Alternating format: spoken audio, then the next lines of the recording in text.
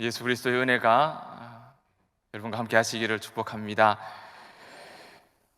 오늘 우리가 함께 읽은 이 혼인잔치의 비유, 이 비유는 이 비유 하나만 가지고는 그 의미를 다 이해하기에는 조금 어려움이 있습니다. 그래서 예수님께서 이 혼인잔치 비유 앞에 두 가지의 비유를 먼저 소개를 해주셨습니다. 두 아들의 비유와 포도원 농부의 비유가 있습니다. 이 두 비유와 오늘 혼인잔치의 비유가 아주 깊이 연결이 되어 있는데, 마태복음이 복음을 전달하는 그 특징적인 그 흐름 속에서 오늘 혼인잔치의 비유는 두 아들과 포도원 농부의 비유, 이 두 비유의 결과가 됩니다. 결과로 최종적으로 종말에 우리가 어떤 삶을 준비해야 하는 것인가 제시하고 있는 말씀이라 할 수 있겠습니다. 그리고 장로교 예배 전통을 따라서 이 본문을 통해서 하나님께서 오늘 우리들에게 말씀하시고자 하는 메시지를 간략하게 요약을 해드리면, 두 아들의 비유와 포도 농부의 비유, 혼인잔치의 비유는 공통적인 주제를 가지고 있습니다. 바로 오늘 말씀의 제목처럼 누가 하나님 나라의 참 백성인가를 찾고 있다라는 점입니다. 두 비유의 내용을 먼저 살펴보면, 유대 지도자들이 예수께서 이 땅에 오셔서 사용하셨던 권위가 어디에서부터 오는 것인가를 질문을 던졌습니다. 그 질문에 대해서 예수님께서 대답하시는 장면이 바로 두 아들의 비유와 포도원 농부의 비유가 됩니다. 예수님께서는 두 비유를 통해서 이런 질문을 던지는 유대 지도자들을 꾸짖으시고, 또 유대 지도자들이 그토록 경멸했던 당시의 많은 죄인들, 세리들, 창기와 같은 사람들, 이와 같은 천대받던 존재들이 오히려 하나님 나라에 먼저 들어가게 될 것이다 라고, 당시로서는 상상할 수 없는 복음, 상식적이지 않고 너무나 파격적인 이 복음의 메시지를 전달하십니다. 그리고 이어서 등장하는 오늘 혼인잔치의 비유에도 동일한 메시지가 포함되어 있습니다. 내용인즉 혼인잔치에 초대받은 사람들이 있었습니다. 그러나 그 가운데 거절한 사람들이 있었습니다. 거절한 것으로도 모자라서 더욱더 악독한 행위를 일삼는 자들이 있었습니다. 바로 이들이 누군가 하면 당시의 유대 지도자들이었고, 예수님께서 바로 이들을 책망하시는 장면을 오늘 우리가 이 본문 가운데서 살펴볼 수 있었습니다. 그리고 10절에서 14절까지 하나님 나라의 그 잔치와 관련되어 있는 비유, 예복이라고 하는 작은 별도의 비유를 통해서 누가 하나님 나라에 합당한 백성인지를 결론을 내려주고 계십니다. 오늘 이 본문을 통해서 우리의 신앙을 돌아보고 우리가 과연 하나님 나라의 참 백성으로 부르시는 그 초청에, 그 초청 앞에서 항상 기쁨으로 달려가는 소문의 가족들 되시기를 예수님 이름으로 축원합니다.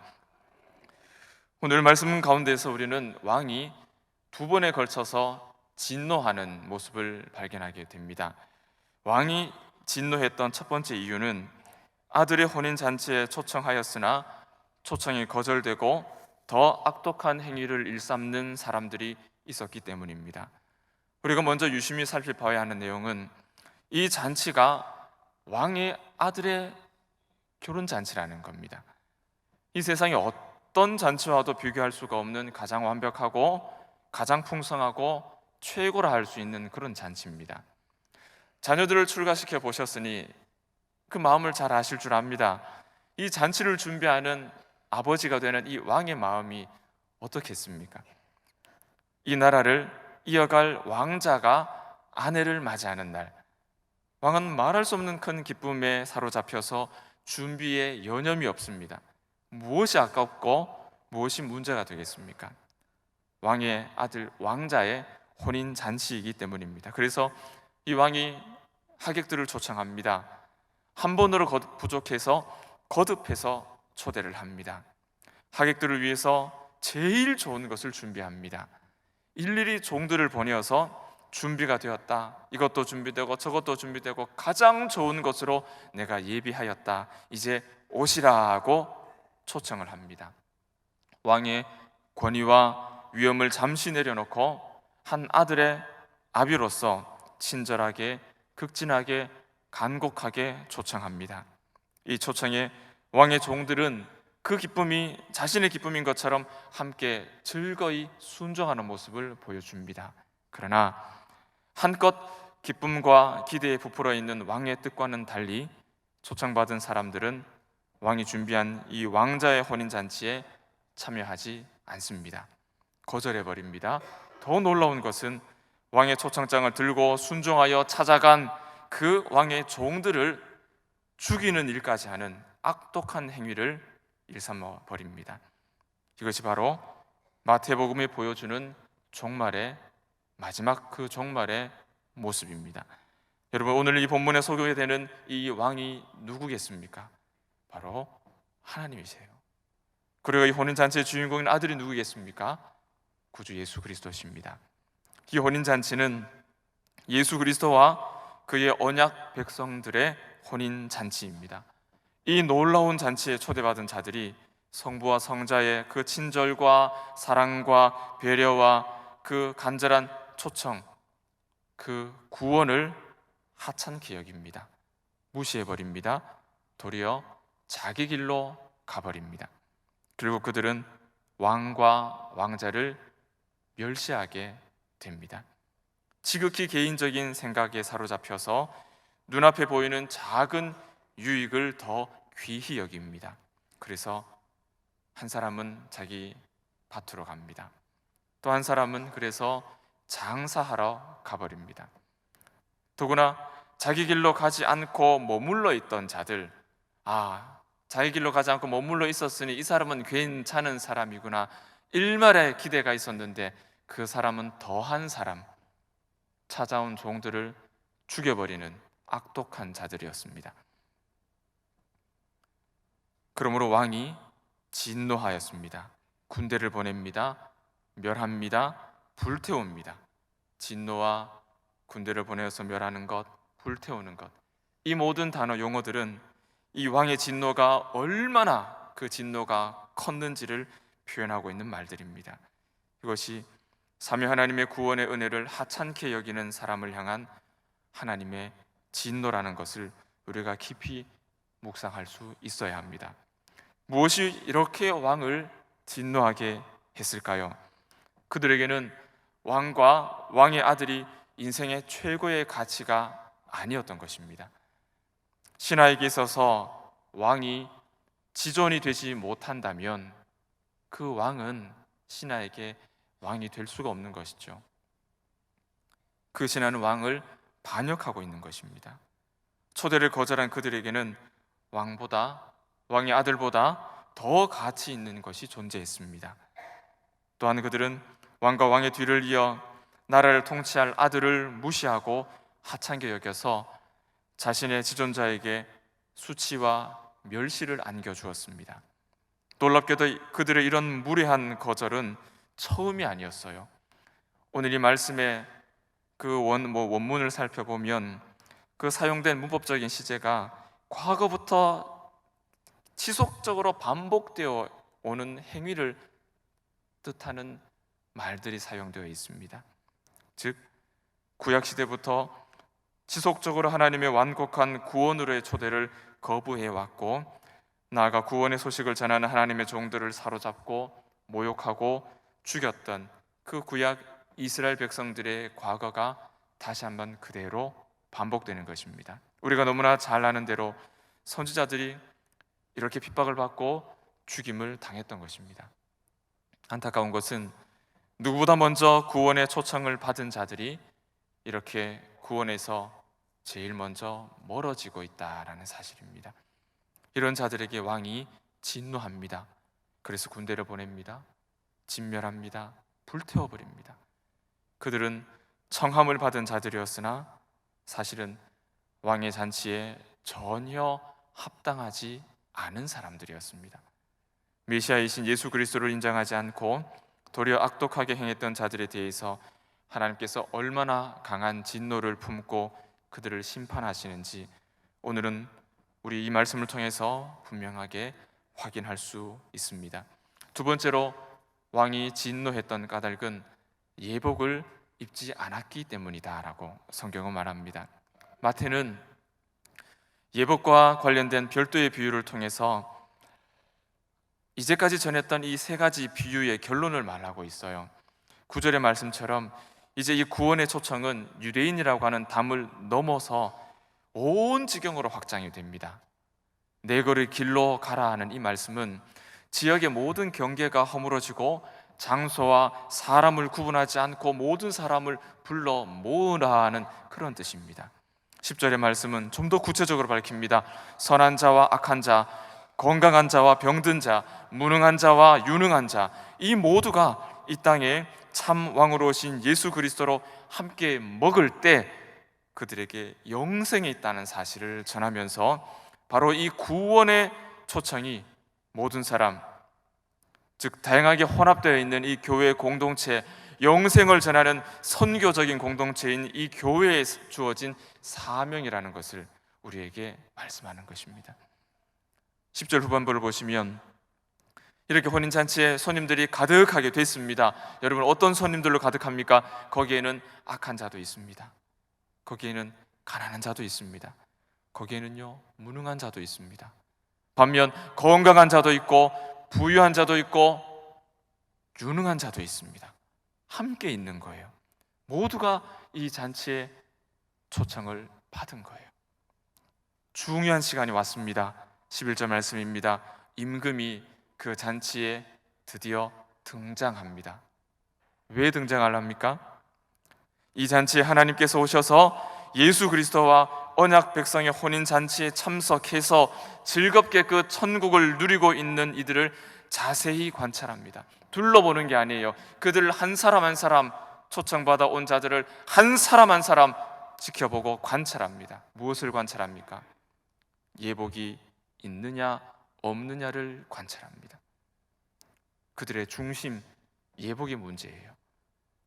예복이라는 것은 계시록에 드러나는 하늘 백성의 세마포와 같이 성도의 아름다운 행실, 유대 정교 지도자들보다 더 나은 성도의 바른 행실, 곧 하나님의 말씀을 이 땅에서 고스란히 살아내는 그리스도인다운 삶을 뜻하는 말이에요. 그러나 이 삶이라는 것이 단순히 윤리적으로 도덕적으로 선한 행동을 말하는 것이 아닙니다. 그것은 우리가 하나님의 말씀을 믿어서 고백하는 그대로를 삶으로 살아내는 것을 말하는 거예요. 그것은 결코 윤리적이거나 도덕적인 생활을 해야 된다라는 그런 지엽적인 의미가 아닙니다.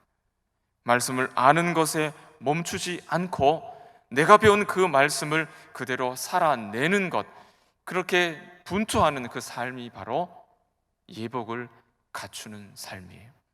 사랑하는 여러분, 우리는 흔히 이미와 아직이라고 하는 신비로운 신앙생활을 하고 있다라고 여러 강의를 통해 들으신 줄 압니다. 믿음의 고백으로, 내가 예수를 믿습니다라고 하는 믿음의 고백으로 이미 이곳에서 천국을 누리고 있습니다. 그러나 아직 궁극적으로 마지막 때에 이르는 그 천국이 우리에게 도래하지 않았어요. 오늘의 말씀은 마태가 전하는 종말에 관한 메시지입니다. 그러므로 우리가 마지막 때에 최종적인 천국 잔치에 참여할 수 있는 사람은 내가 예수를 믿습니다라고 고백하는 자가 아니라 그 고백에 합당한 삶을 살아가는 자가 아직 오지 않은 마지막 천국을 누릴 수 있는 사람이라는 마태의 메시지에 여러분 주목하시기 바랍니다. 다시 말씀을 드리면 마태가 전하는 예복은 종합적으로 예수를 닮아가는 예수다운 삶을 사는 자들이에요. 예복을 갖춘다는 것은 그리스도인다운 선한 삶을 살아가는 것입니다. 그러나 그것은 도덕이 아니라고 했습니다. 예복은 구약과 신약이 우리에게 말을 하는 율법, 하나님의 말씀을 바르게 이해하고 그 율법이 뚜렷하게 드러내는 것, 옛사람이 온전히 벗어지고 새 사람을 새로이 입는 예수 그리스도의 온전함을 닮아가는 것, 예수께서 가르치신 말씀을 아는 것이 아니라 그 말씀을 살아내는 것을 예복을 갖추는 것이라고 성경은 설명합니다. 천국은 누구나 갈 수 있는 것 같으나 천국은 아무나 갈 수 있는 것이 아닙니다. 아직도 우리의 부족함과 죄에 대한 연약함을 그것을 가려줄 핑계거리를 찾아다니는 성도가 있다면 그는 속히 예복을 갖추어야 할 사람입니다. 이렇게 예복은 최종적인 심판을 앞둔 모든 사람들에게 충격적인 결과가 있을 것이라고 우리에게 경고합니다. 12절의 말씀처럼 예복을 입지 않은 사람은 침묵할 수밖에 없어요. 아무 말도 하지 못했다. 이 말은 단순히 할 말이 없어서 할 말을 못했다는 게 아니라 이 말이 뜻하는, 이 단어가 뜻하는 뜻은 이 땅에서 살아간 자신의 삶에 대한 마지막 최후 변론의 기회조차도 얻지 못한 채 심판대 앞에 선다는 말이에요. 여러분, 재판을 하면 마지막 최후 변론이 있지 않습니까? 마지막으로 소명할 기회를 주지 않습니까? 그러나 우리가 하나님 앞에 설 때에는 마지막으로 자신의 지나온 삶을 소명할, 변론할 기회도 주어지지 않고 하나님의 심판이 주어진다고 마태는 우리의 마지막 종말의 모습을 설명을 하고 있습니다. 오늘 본문에서 우리가 유일하게 찾아낼 수 있는 단서는 그가 왕의 뜻대로 행하지 않았기 때문에 심판을 받는다는 것 하나 외에는 우리가 그가 왜 심판을 받는지 이유를 찾을 수가 없어요. 하나님의 말씀대로 행하지 않는 것 외에는 이유를 찾을 수가 없어요. 분명한 것은 그리스도의 대속을 믿는 믿음과 그 인격적인 반응으로서의 성도의 선한 삶이 뒤따르지 않는 자들은 오늘의 말씀처럼 울며 이를 갈게 될 것입니다. 이 표현이, 울며 이를 간다는 표현이 복음서에 여러 번 등장을 하는데 어떨 때 등장할까요? 항상 최후 심판 때의 형벌로 등장하는 표현입니다. 사랑하는 여러분, 신앙 고백으로 우리는 성도의 구원을 인식할 수밖에 없습니다. 왜냐하면 우리가 지금 이 땅에 살기 때문이죠. 한 길 사람 속을 모르는 삶을 살기 때문이죠. 그러므로 한 사람 한 사람의 믿음의 고백 외에는 그의 구원을 인식할 수 있는 근거가 이 땅에서는 우리에게 주어지지 않았어요. 그러나 우리가 죽음 이후에 마지막 최후 심판을 받는 그때에는 하나님께서는 모든 것을 아시죠. 모든 것이 백일하에 드러나죠. 그때에는 이 신앙 고백만으로는 부족하다는 것이죠. 믿음과 믿음의 행함 중에서 어느 것 하나라도 결여가 된다면 마지막 심판 때 그는 울며 이를 갈미 있으리라, 이 말에 해당되는 사람이 될 것입니다. 두 아들의 비유와 포도 농부의 비유, 그리고 오늘 혼인잔치의 비유를 종합해 볼 때 이 예복은 오늘날 이 교회를 향한 하나님의 경고의 메시지입니다. 지상의 교회는 참된 제자와 거짓 제자가, 알곡과 가라지가 혼합되어서 함께 존재하고 있죠. 지금 가을거지 앞두고 있습니다. 하고 있는데도 있죠. 논에 가보십시오. 나락만 있는 게 아니라 시퍼런 것들이 듬성듬성 많이 올라와 있습니다. 알곡과 가라지가 항상 함께 있는 것이죠.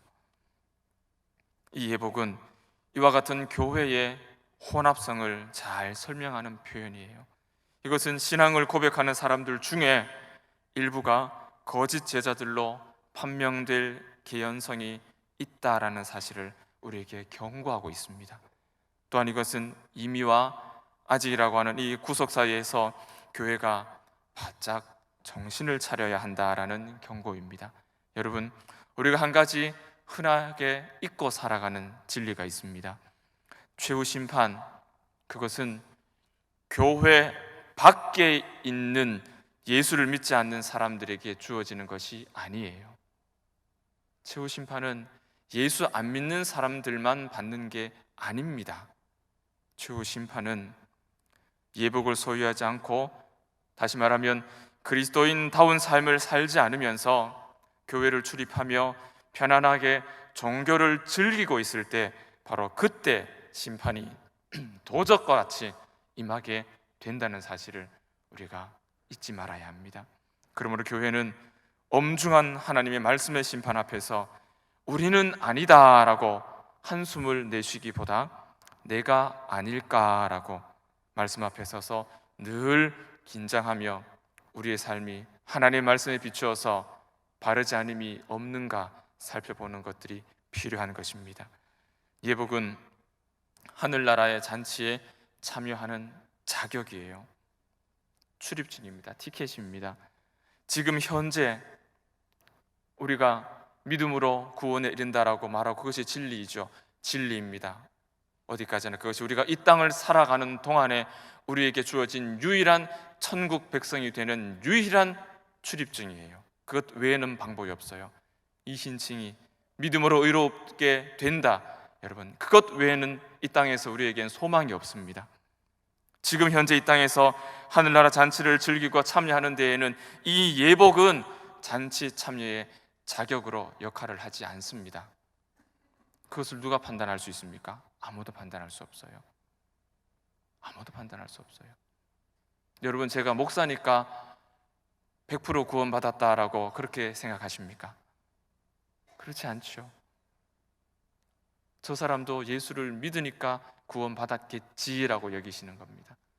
우리가 할 수 있는 이야기는 믿음으로 구원에 이르는 것. 이 땅에서는 그것 외에는 조건이 없어요. 그러나 아직까지 우리에게 다가오지 않은 마지막 천국 잔치에는 우리가 확신할 수 없었던 그 삶이 그리스도 앞에서 고스란히 평가를 받습니다. 그러므로 마지막 때에는 이 믿음의 고백 외에 성도의 아름다운 삶, 이 예복이 마지막 천국 잔치에 참여할 수 있는 유일한 자격이, 유일한 기준이 된다는 사실을 여러분 잊지 마시기 바랍니다. 그러므로 칭의와 성화는 함께 하는 거예요. 의롭다, 구원받았다라는 선포와 이제 구원받았으므로 하나님의 백성다운 삶을 살아야 된다라는 것은 함께 하는 거예요. 이것은 분리될 수가 없는 거예요. 임이라고 하는 이 땅에서의 하늘나라 잔치, 그 현재성이 끝나버리고 아직이라고 하는 다가올 궁극적인 하나님의 나라가 드디어 완성되어서 우리 앞에 죽음 이후에 우리 앞에 다가오는 그 순간, 예복은 하나님 나라의 참 백성을 가늠하는 애누리가 없는 자격으로 역할을 하기 시작합니다. 그러므로 이 예복이 없는 사람은 결코 마지막 궁극적인 하늘나라의 잔치에 참여할 수가 없습니다. 이렇게 예복 마지막 때 주님 앞에 설 때 누가 하나님의 백성이고 누가 예수님의 참 제자인지를 묻고 경고하고 격려하고 기준을 제시합니다. 그 잣대는 지금 이 땅에서 유효한 잔치의 자격으로 내가 예수를 믿습니다라는 고백이 아니라 그 고백에 합당한 열매요 행함이요 곧 고백을 그대로 살아내는 그리스도인다운 삶, 예수다움, 그것이 종말에 예수를 믿는 실제의 믿음을 보여주는 객관적인 증거가 되는 것입니다. 말씀을 맺으며 다시 처음의 질문으로 돌아가겠습니다.